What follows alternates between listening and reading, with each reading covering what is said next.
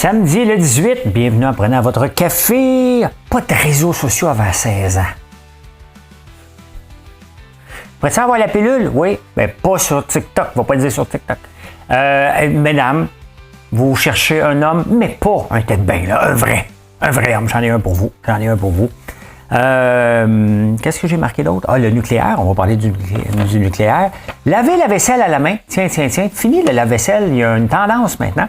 GameStop, la réalité revient. Honda qui va investir beaucoup. Ça dit quoi vis-à-vis des trois grands? On va parler de ça. Le Dow Jones qui frôle le 40 000, ça me fait penser au S&P 500 qui voulait aller vers 5 000.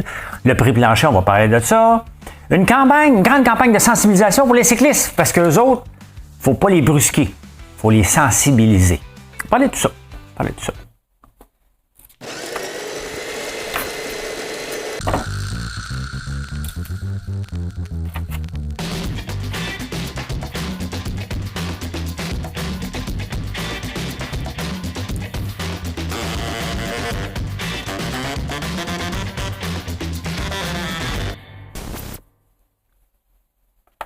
Non, il ne faudrait pas brusquer un cycliste surtout. Hein? On va lui laisser du temps, je vais vous parler de ça. Mesdames, on commence par les choses sérieuses. Là. Le batteur des Chiefs. Vous rêvez d'être Taylor Swift. Hein? Aller à un match des Chiefs et regarder, puis applaudir, puis donner un beau bisou sur le terrain s'il gagne le Super Bowl. J'ai l'homme pour vous. Il s'appelle Harrison Butker. Quelque chose comme ça. Et lui, ben, il est allé à l'université. Il est allé à l'université. Ben oui, parce que si tu joues au football américain, tu as passé par le réseau universitaire américain. Il est allé donner une conférence. Oui. Puis il a dit là, mesdames, vous avez de l'ambition. C'est bien. Mais la plus belle ambition que vous pouvez avoir, c'est de rester à la maison puis faire des enfants. Ça, c'est un homme. J'espère qu'il va se faire canceller.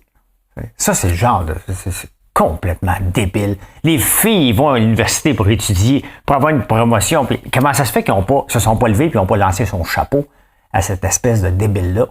J'espère que les Chiefs vont le envoyer comme le ballon. Il est qui loin le ballon, là? Ben oui, out. On n'a pas besoin de ça, sincèrement. Quel arriéré. Je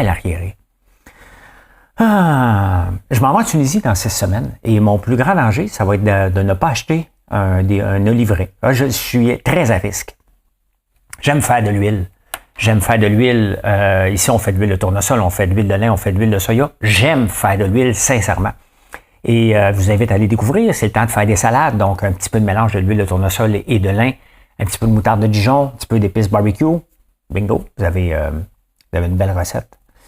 Mais l'huile d'olive, si on prend à peu près 2 cuillères à soupe par jour, ça réduit le risque de démence de 28 %. Là, tu rajoutes de l'huile de lin un petit peu d'huile de tournesol, on commence à avoir mais tu sais, faut pas ambitionner, là. Je suis en train d'ambitionner. Le gars, il entend parler d'huile d'olive, il dit OK, mais ces huiles aussi. J'aime faire de l'huile et je vais aller visiter des oliveraies en Tunisie. J'en achèterai pas, bien entendu. Je suis plein les baskets sur ma ferme ici, mais quand même, ça me fait triper, ça. Il y a quelque chose de puissant de presser une graine de tournesol, une graine de lin ou une bille de soya et de le voir extraire l'huile. Puis après ça, tu peux faire des produits. Mais nous, on s'en sert, entre autres, pour votre consommation. Mais on fait aussi des produits cosmétiques avec ça. Donc, le prochain produit qui s'en vient, j'ai hâte de voir dans les prochaines semaines, mais c'est notre shampoing en barre pour les chiens. Vraiment fantastique. Ben c'est ça. Fait que buvez de l'huile d'olive en masse, c'est juste qu'elle coûte cher et il y a une pénurie en Espagne. Plus de nucléaire. Est-ce qu'on devrait avoir plus de nucléaire au Canada? On a peur de ça, mais à un moment donné, c'est l'énergie la plus puissante qu'il y a. Puis regardez dans le Grand Nord, il y a quelque chose d'indécent d'emmener du diesel dans le Grand Nord pour leur donner de l'électricité. Aux îles de la Madeleine aussi, il y a des éoliennes qui pourraient utiliser. Mais le nucléaire, les petites centrales, puis c'est ça qu'ils sont en train de faire en France puis en Allemagne, les plus petites centrales, il va falloir regarder ça, puis vous n'allez pas vous inquiéter, hein? Les porte-avions sont avec du nucléaire. Là. Ils peuvent partir à vie avec ça. Un plein. Fais-tu le plein? Oui, pour la vie. C'est à peu près ça. Il va falloir accepter qu'avec l'augmentation de la population, je vais vous montrer un graphique, vous allez voir, c'est assez épeurant, le nombre d'immigrants qui rentrent ici, mais à un moment donné, c'est parce qu'ils vont manger, ils ont besoin d'électricité, on s'en va vers l'intelligence artificielle, les serveurs qui ont besoin de beaucoup de puissance. Donc, tout ça mis ensemble fait qu'on n'aura pas assez d'électricité. C'est bien beau laver la vaisselle à la main, d'ailleurs, c'est le prochain sujet. Mais il faut y penser. Moi, ça ne me fait pas peur, le nucléaire. Pas avec les technologies d'aujourd'hui. Les technologies d'avant, c'était un peu épeurant, mais pas aujourd'hui. Pas aujourd'hui. Laver la vaisselle à la main, ça vous tente dessus, vous autres? Il y a un mouvement. On devait même en discuter aux débatteurs cette semaine, de laisser tomber le lave-vaisselle. Il y a un grand mouvement qui dit, on devrait laisser tomber le lave-vaisselle. Pourquoi? Parce que ça prend de l'électricité. Ça prend de l'eau, beaucoup d'eau. Et quoi de mieux que de laver la vaisselle en famille et de prendre du temps? J'ai jamais vu ça comme un moment relaxant avant que le lave-vaisselle arrive, tu sais. Mais ça a l'air qu'il y a des gens qui relaxent en faisant la vaisselle. Il y a une femme, justement, elle dit, mais moi, c'est mon 15 minutes de free time. Hein. Si tu savais ce que je peux faire pendant 15 minutes, moi. Il est où mon bobolette? Non, mais c'est pas la fin du monde, mais ça reste pratique, un lave-vaisselle. Quand j'habite seul, cependant, quand Mathieu n'est pas là, puis Alexis n'est pas là, remplir un lave-vaisselle, ça finit par puer un petit peu. Donc, c'est mieux de le faire la vaisselle à la main, mais quand tu as une famille, surtout avec Alexis qui mange 8 repas par jour, le lave-vaisselle est handy, mettons. Hein? Mettons. Je vous parle d'un temps que les moins de 20 ans ne peuvent pas connaître. Montmartre en ce temps-là, avalé...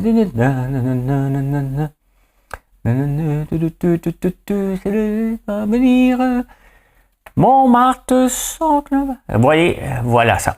La population growth appears to be picking up steam ahead of government crackdown. La population du Canada depuis 2008, dans le premier 4 mois, donc ils ont séparé l'année en 3, hein, parce que c'est pas un trimestre, c'est une patente. Là. Il y a 400 000 personnes qui ont rentré au Canada dans les 4 premiers mois de l'année. En 2008, il y en avait à peu près 100 000. Pourquoi ils ont fait 104? J'ai juste le goût de dire un trimestre. Là. En 2015, un petit peu moins. En 2020, c'est à peu près 100 000. 2022, 150 000. 2023, 275 000 personnes. Et finalement, 2024, plus de 400 000 personnes sont rentrées au Canada. C'est énorme. Tu sais, ça fait... Écoute, on est sur un pace en ce moment d'1,2 million. Il y en a qui viennent au Québec ici, là aussi. Mais ça met une pression sur toutes les entreprises, ça met une pression sur la consommation. Je ne me plaindrais pas s'ils achetaient tous mes produits, mais les 400 000 ne me connaissent pas encore. Donc, mais ça reste, c'est énorme. C'est exponentiel, puis on ne peut pas les accueillir. Tu sais, la crise du logement a toujours été là, la crise du logement. Là, ce qu'on se rend compte, c'est que notre incapacité à être productif commence à nous impacter là-dessus aussi. Puis, on va en parler tantôt dans la section finance, mais ça nous impacte royalement. Tout ça, cette non-productivité-là en ce moment, mais quand on accueille autant de gens et on n'est pas productif, bien, ça peut même pas bien aller.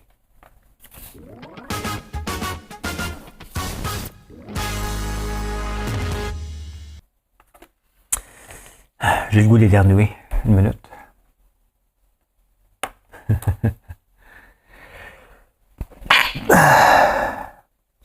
Ici Pierre Bruno. Je vous éternue dans le micro.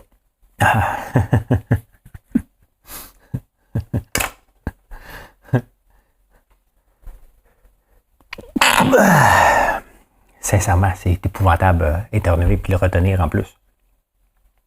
Les jeunes de la CAQ se rendent compte, ils sont progressistes, nos jeunes de la CAQ, l'aile jeunesse.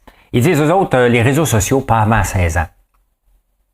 Tu sais, à un moment donné, là, c'est comme si, en date d'aujourd'hui, ne pas être ces réseaux sociaux, comment voulez-vous que je puisse faire un show comme ça ici si je ne suis pas ces réseaux sociaux?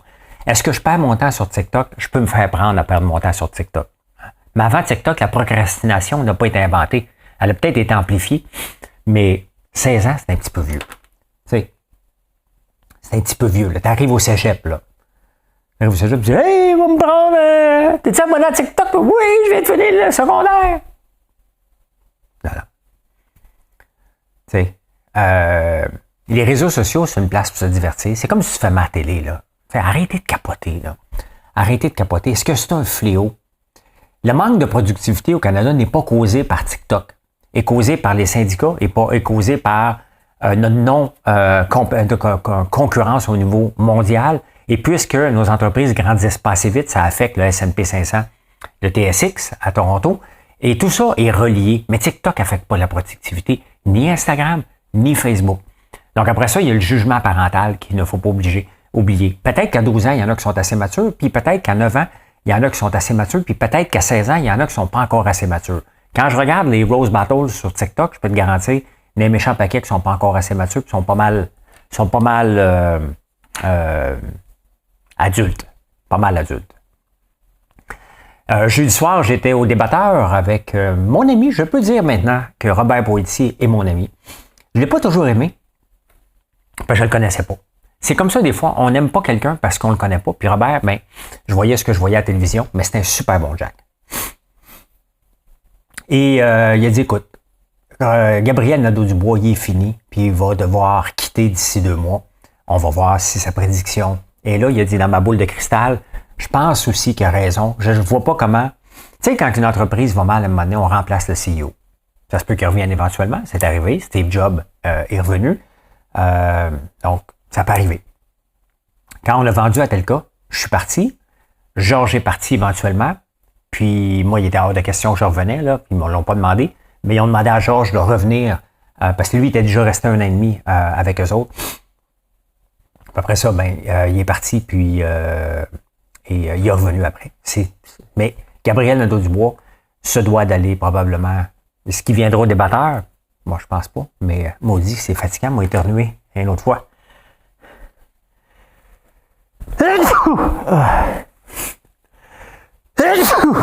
C'est vraiment désagréable pour vous et je m'en excuse. Je m'en excuse. Je peux pas le mettre sur pause. Je peux pas faire de montage. Laissez-moi 30 secondes pour...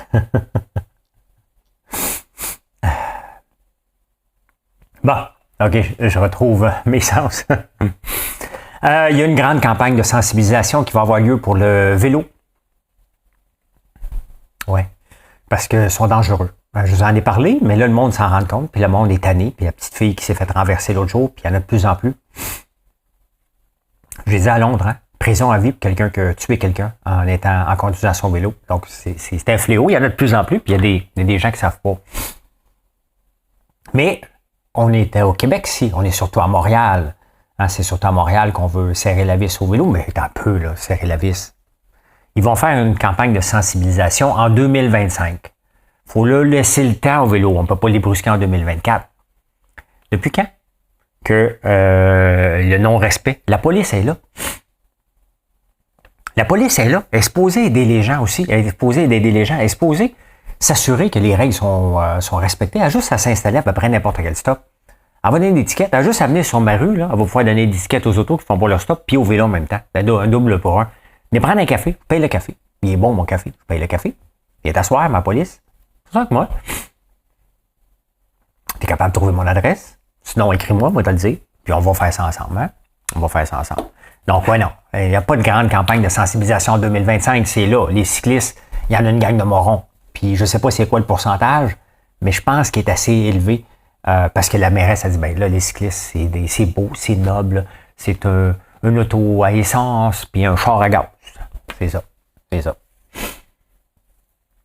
Le prix plancher. Je suis surpris que c'était pas 100% au débatteur jeudi par rapport au prix plancher sur l'essence. Le prix plancher était là pour protéger, pas le consommateur, était là pour protéger des petites bannières qui sont disparues quand même. Le prix ne changera pas. Il est temps qu'on l'enlève. Là. Si ça n'a pas donné l'impact, on fait une loi, pas d'impact, elle n'a absolument rien, il faut l'enlever. On ne peut pas toujours ajouter des lois dans notre système, mais il faut l'enlever. Donc, on l'enlève, il va l'enlever. Est-ce qu'on s'attend maintenant qu'un petit départ, une petite place, est-ce que Lambert Petroleum va voir le jour? La réponse est non. Mais non. Est-ce que, parce que ce serait les pétroles Lambert, vous le savez. Là.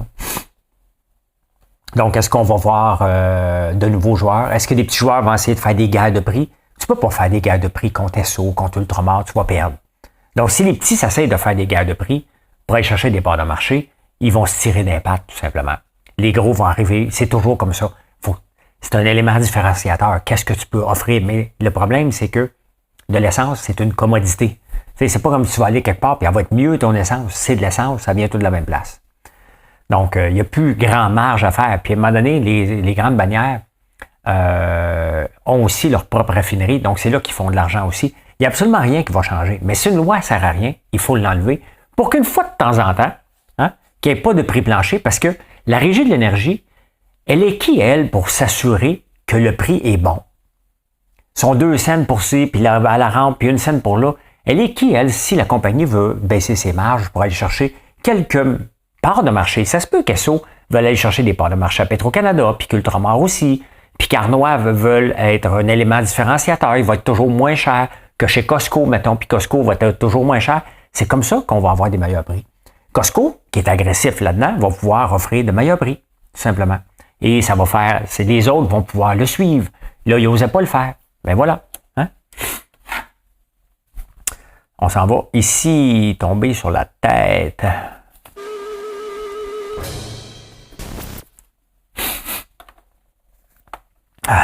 Je souffre.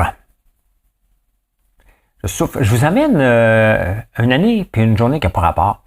Je vous amène le 9 mars 2006. Je vous rappelle qu'on est le 18 mai. Hein? Normalement, je suis la journée, ça n'a aucun rapport, mais c'est le fun pareil. Là, je vous amène justement au prix de l'essence. Il y a deux choses que je retiens sur la page que vous voyez. Le dollar canadien, 86,48. On était à 73 cents. Hein? On était en 2006. Le dollar était fort parce qu'on était encore productif à ce moment-là. On ne l'est plus.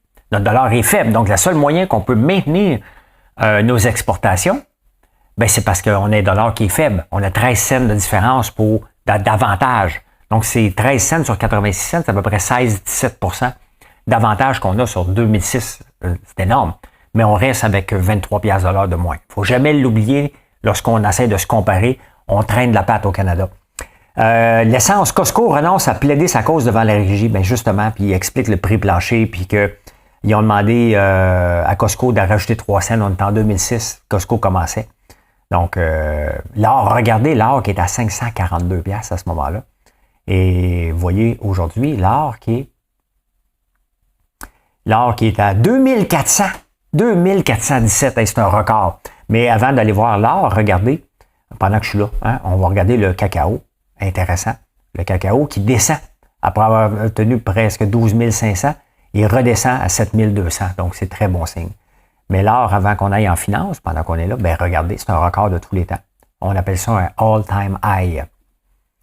Donc, voilà, sur 50 ans, le prix de l'or est parti de 159 à 2417. Quand même, hein? On s'en va justement en finance.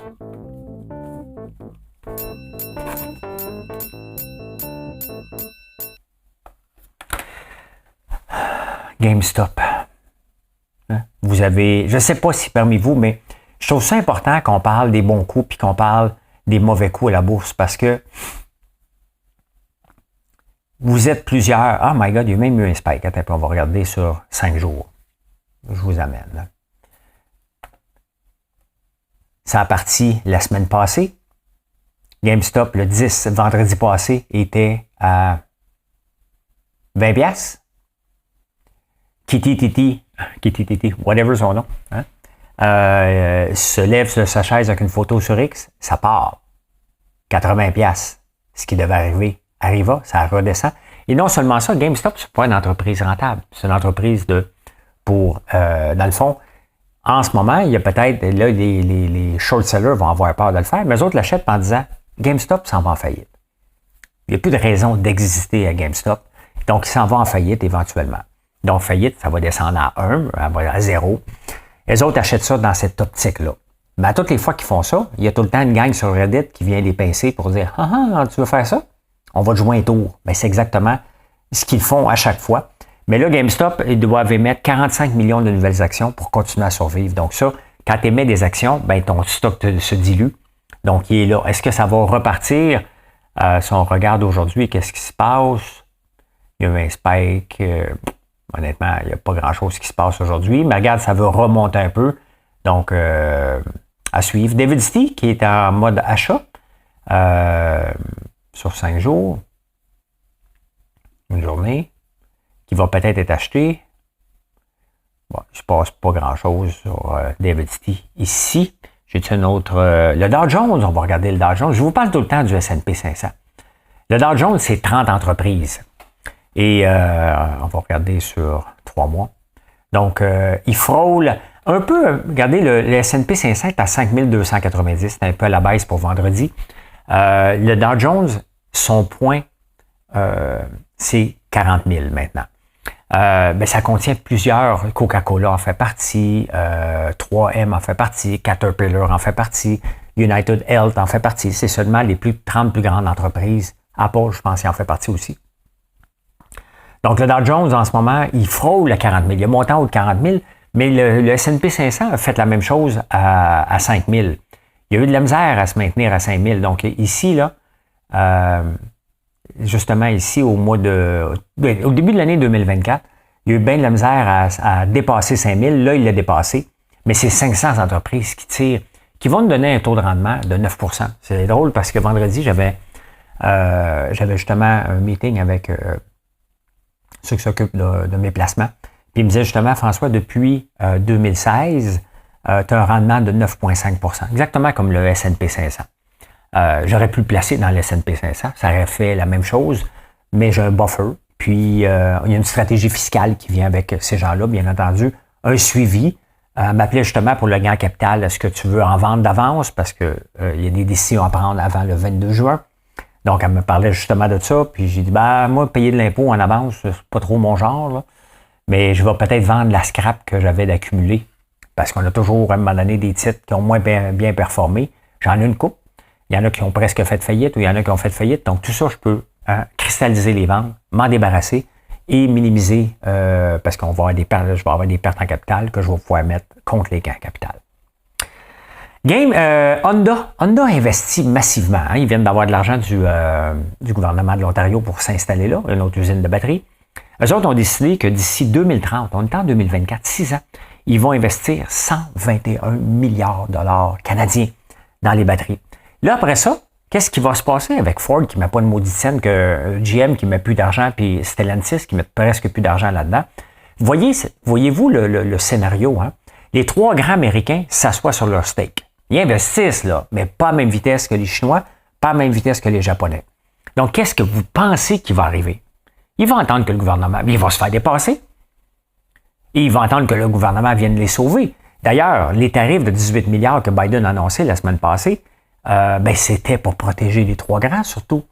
Pendant qu'eux autres, ils n'offrent pas, that's it. On accepte Honda qui vient investir ici, mais quand même, ils vont investir 121 milliards de dollars. C'est énorme. C'est énorme. Ah, notre cher gouvernement Trudeau, hein, il y a un grand tollé dans le coin de Toronto, puis il aurait eu le même à Montréal. Là. Il a donné une subvention de 1,7 million de dollars, une place qui font des pâtes pour se moderniser. Ils font des pâtes. C'est pas de mal, mais c'est seulement pour 10 emplois. C'est pas de la haute technologie, là. Hein? Puis là, les concurrents disent, écoute bien, là, tu viens de donner un avantage concurrentiel énorme à cette compagnie-là. Ils essaient de deviner maintenant. C'est quoi le lobby? C'est quoi les liens? Parce que ça n'a pas de sens qu'un Joe Italie qui fait des pâtes, ça s'appelle Ital Pasta, ait eu autant d'argent pour seulement créer 10 emplois. Tu sais, c'est pas parce que tu crées des emplois que tu vas avoir des ventes, là. Mais il y a 1,7 million de subventions pardonnables. Donc, ça jase beaucoup. Et le monde est en tabarnak avec raison. Ce gouvernement-là est totalement hors contrôle. Si vous voulez avoir de l'argent, profitez-en avant 2025. Allez demander, ils vont vous dire oui. Moi, ça ne m'intéresse pas, je vais avoir la paix. Moi, ce que je veux en premier lieu, là, pas de l'argent, c'est de la paix. La paix. On revient ici. J'ai le goût de vous montrer encore un graphique qui va être le TSX, le S&P TSX Composite Index, donc l'indice de Toronto. L'indice de Toronto, depuis, je pense, 2015, il traîne la patte de 30% sur le S&P 500. Donc, c'est énorme. Il y a 30% de moins de rendement sur la période que si vous aviez mis votre argent dans le S&P 500. Et pourquoi? L'année passée, normalement, on a de l'argent neuf qui rentre. Donc, les étrangers achètent des actions de compagnies canadiennes, des fonds, peu importe, pour 12 milliards par année à peu près. d'argent neuf qui rentre à la Bourse de Toronto. 2023, on a 49 milliards qui est sorti. Donc, des étrangers qui ont vendu des positions canadiennes et sont pas revenus, sont allés investir ailleurs parce que ça ne rapporte pas. Et quand je vous dis que le taux de productivité affecte, ben ça affecte le rendement des entreprises. Donc, le rendement des entreprises n'est pas là, sont moins concurrentiels au point de vue pour des comparables à l'étranger, surtout aux États-Unis et au Japon puis en Allemagne. Ben ces comparables-là fait que nos entreprises traînent la patte. S'ils traînent la patte, ils n'investissent pas autant. S'ils n'investissent pas autant, ben l'argent qu'ils peuvent rapporter est plus petit. Puis là, les gens disent, ben écoute, on a donné et on s'en va ailleurs. J'en ai un placement qui s'appelle XIN. Et honnêtement, je l'ai-tu ici? Je l'ai là. C'est un beau rendement là, depuis ben, pas tant que ça. Hein. Regardez, il y avait une belle progression. Ça, c'était en 2002. Et il y a eu une progression jusqu'en 2007. Et regardez, en 2007, là, ça valait 30 piastres. Ça a été gringolé. Pourquoi? Parce que on est un État pétrolier. Puis on n'avait pas de pipeline pour le sortir. Donc, tout simplement, c'est ça, c'est des ressources qu'on a ici, puis des banques. C'est ça, la Bourse de Toronto. Ça a planté solide jusqu'à 13 et 15. Et là, ça remonte, mais si on regarde depuis 2007, moi, ça fait depuis 2005 que j'en ai. Donc, ça vient juste de commencer et c'est pour ça que maintenant, j'investis plus. Même si j'avais un montant d'argent, je ne le mettrais pas d'un coup. Je le mettrais un peu à chaque mois pour éviter ce genre de situation-là qui arrive. Donc, la Bourse de Toronto a mangé toute une volée après le crash du pétrole en 2008. Et ça a pris tout ce temps-là. Ça a pris pour qu'il atteigne 30 piastres. Ça a pris jusqu'en janvier 2023. Il commence à monter un peu, mais il traîne de la patte. Et c'est ça, quand on parle de manque de productivité, c'est pas juste abstrait, c'est concret. On le voit, les gens se poussent du Canada. Donc, s'il n'y a pas de pression pour acheter des actions, bien, les actions ne monteront pas, ne donneront pas le même rendement. Et personne, il n'y a pas grand gens qui font du day trading à Toronto. On va aller sur les bourses américaines où il y a du gros volume.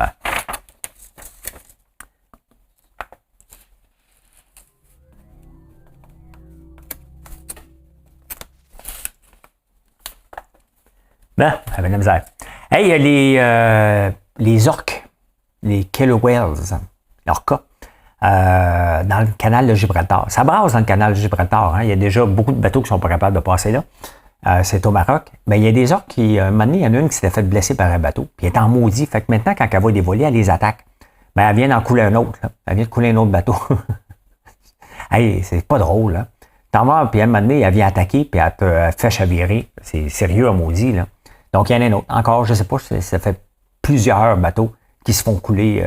Bon, c'est pas des gros paquebots, là, mais c'est des bateaux, je sais pas, 30, 35 pieds, 45 pieds, quand même, hein. Est-ce qu'on peut manger du gras animal? Hein? Il y a toujours un débat par rapport à ça, le gras animal, il ne faut pas le manger, puis tout ça, hein. Mais il y a une étude qui est sortie maintenant que si vous n'avez pas le diabète, vous pouvez manger du gras animal presque à volonté. Je dis presque. Il y a juste un truc avec ça. Ça te prend 5 heures de sport dans la semaine. Donc, si tu fais 5 heures de sport intensif dans ta semaine, le gras animal, si tu n'as pas le diabète, il y a plusieurs si, là, mais le gras animal n'aura aucun impact sur ton poids et tu peux même perdre du poids à ce moment-là si tu fais de l'exercice pendant 5 heures. C'est ça le trade-off, hein? Ah, j'aime ça des potins, moi. Ça fait longtemps qu'on n'a pas vu Jennifer et Ben Affleck ensemble. Mais là, il y a quelqu'un qui les a vus dans une autre maison. Ben ne couche plus dans la même maison que Jennifer. Donc, ils sont peut-être en chicane. Et qui dit chicane dans le monde des vedettes veut dire aussi séparation. Ils se sont mariés en 2022. Donc, on les voit plus ensemble. Avez-vous remarqué? Même au Met Gala, il n'était pas là. Je pense pas. Donc, Bennifer, qu'on appelle, c'est peut-être la fin. Avis, messieurs. Avis, mesdames. Hein, quand même, deux bons partis. Je ne sais pas s'il y en a un qui est assez riche ou assez riche aussi. Je pense que les deux, ça le prend des personnes riches. Là. Mais en tout cas, si vous vous qualifiez, mettez votre CV à jour. Ça veut dire du Botox dans le fond. Hey, j'avais complètement oublié ça en terminant. C'est l'année du dragon depuis le 10 février, Colin. C'est mon année. Dans l'horoscope chinois, c'est l'année du dragon. Tout ça pour dire, si c'est l'année du dragon, allez voir françoislambert.one. Merci d'être là et passez un excellent samedi. Allez, bye.